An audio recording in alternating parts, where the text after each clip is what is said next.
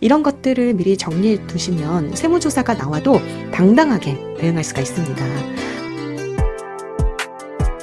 안녕하세요. 선생TV 세무사 김영선입니다. 법인 운영하시면서 법인카드 많이들 사용하시죠? 그런데 법인카드는 잘 쓰면 절세할 수 있는 좋은 수단이지만 잘못 쓰면 나중에 세금 폭탄으로 돌아올 수도 있습니다. 오늘 영상에서는 법인카드 어떻게 써야 가장 유리한지, 그리고 세무조사에 걸리지 않으려면 무엇을 챙겨야 하는지 이 두 가지를 중심으로 정리해 드릴게요. 법인카드란 무엇인가? 법인카드는 말 그대로 회사 명의로 발급된 카드입니다. 우리 세법상으로는 적격증빙으로 분류가 되는데요. 우리 적격증빙이 뭐냐? 네 가지가 있어요. 세금계산서, 계산서, 신용카드 매출전표, 현금영수증. 이 네 가지가 대표적인 적격증빙인데요. 여기에서 그 신용카드 매출전표에 우리 법인카드 사용 내역이 들어갑니다. 즉 비용 처리가 가능하고 부가가치세, 매입세 공제까지 받을 수 있는 자료입니다. 법인카드는 실제 사용도 편하고 영수증 그 자동 수집 기능도 또 홈택스에서 우리가 이용할 수가 있잖아요. 그래서 잘만 활용하면 절세의 핵심 도구가 될 수 있는 거죠. 법인카드 사용 시 주의해야 될 사항 4가지 살펴볼 건데요. 대표님이 반드시 알아야 할 법인카드 사용 시 주의사항 4가지 이렇게 알려드릴게요. 첫 번째는 무조건 업무 연관성입니다. 세법에서 비용 처리를 인정해주는 전제 조건이죠.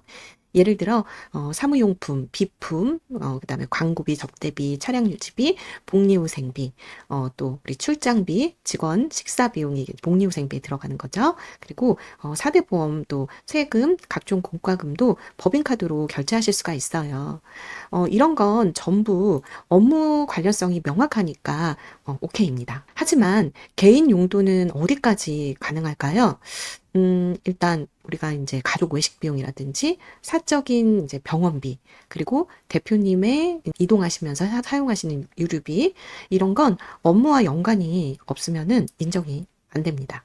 간혹 이제 회사 차니까 뭐 이렇게 유류비 넣어도 되겠지 생각하시는데 운행일지 없이 개인 용도로 쓴 게 드러나면은 그 비용을 모두 부인당하게 됩니다. 그리고 두 번째, 우리 법인카드 사용할 때 유의할 점은요, 회사 내부 규정을 마련해 놔야 된다는 것입니다. 이 부분은 정말 많은 대표님들이 놓치세요. 실제로 많은 사업장에서 접대비 기준도 없고, 또 출장비 한도도 없고, 심야에 법인카드 쓴 것도 아무런 이유 없이 방치되어 있는 경우가 많습니다. 그래서 꼭 필요한 게 이 내부 기준인데요. 이 내부 기준들은 일단 해외 출장비 같은 경우, 뭐 1인 식비를 어느 정도로 이렇게 책정을 하는지, 그 다음에 이제 여비교통비에 있어서는 차량 운행일지라든지 뭐 그런 것과 이제 내용을 잘 일치시켜가지고 보관을 하고 있으셔야 되고요. 그 다음에 이제 주말이나 심야 시간 네, 사용할 경우 어떤 경우에 허용되는지, 또 접대비에 또 1인당 한도를 어느 정도로 이렇게 볼 건지, 인원당 뭐 얼마 뭐 이런 식의, 사실 뭐 법에 정해져 있는 규칙은 없어요. 예, 규정도 없고. 그렇지만 이런 내용들을 문서로 만들어서 어떤 관련 내용들을 나중에 입증 요구를 받으셨을 때 제시할 수 있어야 세무조사에서도 기준에 따라 사용했다는 것을 인정받으실 수가 있습니다. 여기에서 우리가 이제 또 한 가지 접대비 얼마까지 쓸 수 있어요? 라고 문의들 많이 주시거든요. 이 내용에 대해서 말씀을 드리면 중소기업의 접대비 한도는 현행 법에 의하면 기본적으로 3,600만 원까지 사용이 가능합니다. 그리고 또 거기에다가 이제 매출액에 따라서 이렇게 증액이 되거든요. 그래서 일반 중소기업이면은 3,600만 원까지는 접대비로 인정 가능하구나 이렇게 생각하시면 될 것 같습니다. 예. 그리고 법인카드 사용하실 때 주의할 점 3개. 입증 자료에 대한 보관이에요. 이거는 진짜 중요한데요.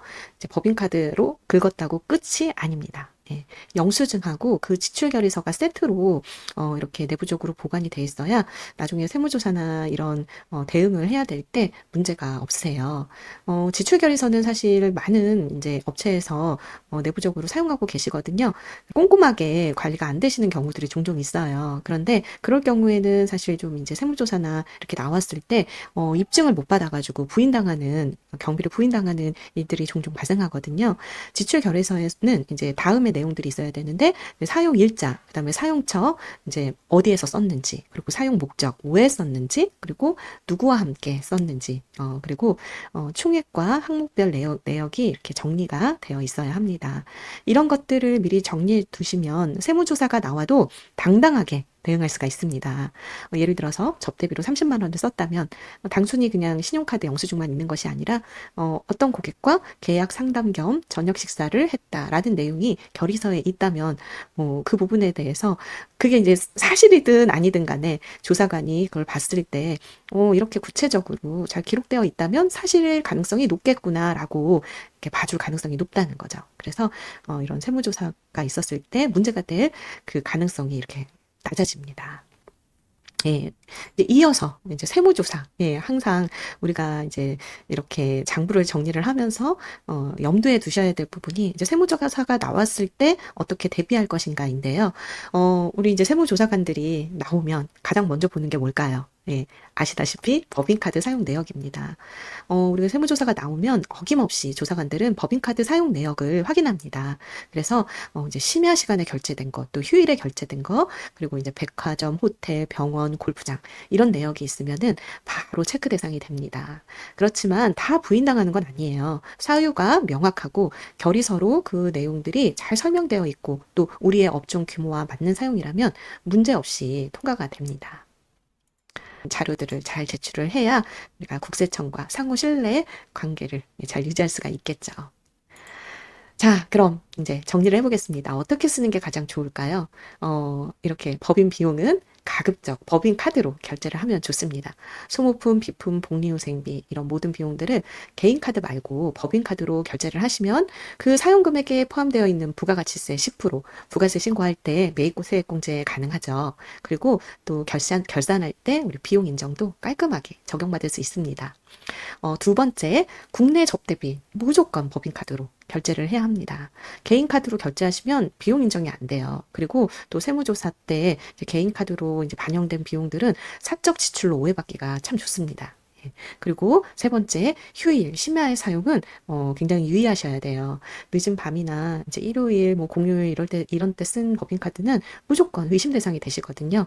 만약에 이렇게 사용을 하셨다면은 꼭 지출 결의서에다가 사용하신 그 사유를 명시하는 것이 좋습니다. 예를 들면 야간 회식, 해외 바이어 일정 대응 이런 내용들을 지출 결의서에다가 자세히 써두시면은 굉장히 많은 도움이 됩니다. 우리가 법인카드 사용 방법에 대해서 얘기를 해봤고요. 그러면 우리 어떻게 사용해야 된다? 원칙 두 가지를 잘 기억하시면 될 것 같습니다. 첫 번째, 상황에 합리적인 사용인지, 그래서 우리 회사의 업종에 맞는 지출인지, 또 우리 회사 규모에 맞는 수준인지, 이런 원칙들을 잘 지키셔야 되고, 또한 그 내용에 대한 설명도 잘 할 수가 있어야 됩니다. 그래서 우리 이제 직원도 또 세무조사관도 우리 이제 정리하는 또 담당 직원이 있을 거 아니에요? 그러면은 담당 직원도 또 그 부분에 대해서 잘 이해를 해야 잘 또 지출결의서에 정리할 수가 있겠죠. 또한 세무조사관도 이해할 수 있는 그런 수준의 설명이 가능한 그런 지출들이어야지만 이렇게 문제없이 이렇게 법인카드 사용하신 비용들을 우리 세법상 비용으로 다 인정받으실 수가 있습니다. 법인카드는 단순한 결제수단이 아니에요. 회사 비용을 증빙하고 또 절세하고 신뢰를 쌓는 도구입니다. 이렇게 그런 중요한 법인카드를 기준 없이 막 쓰면 언젠가 세무조사에서 부메랑처럼 돌아올 수가 있어요. 그래서 오늘 알려드린 4가지 포인트, 업무 연관성, 회사 내부 규칙, 그리고 입증 자료의 보관, 마지막으로 세무조사에 잘 대비해야 된다는 거, 이 4가지 지키면 법인카드는 가장 강력한 절세 무기가 될 수 있습니다. 오늘 강의가 도움이 되셨다면 좋아요와 구독 부탁드리고요. 질문 있으시면 댓글이나 선생TV로 문의주세요. 지금까지 김영선 세무사였습니다. 감사합니다.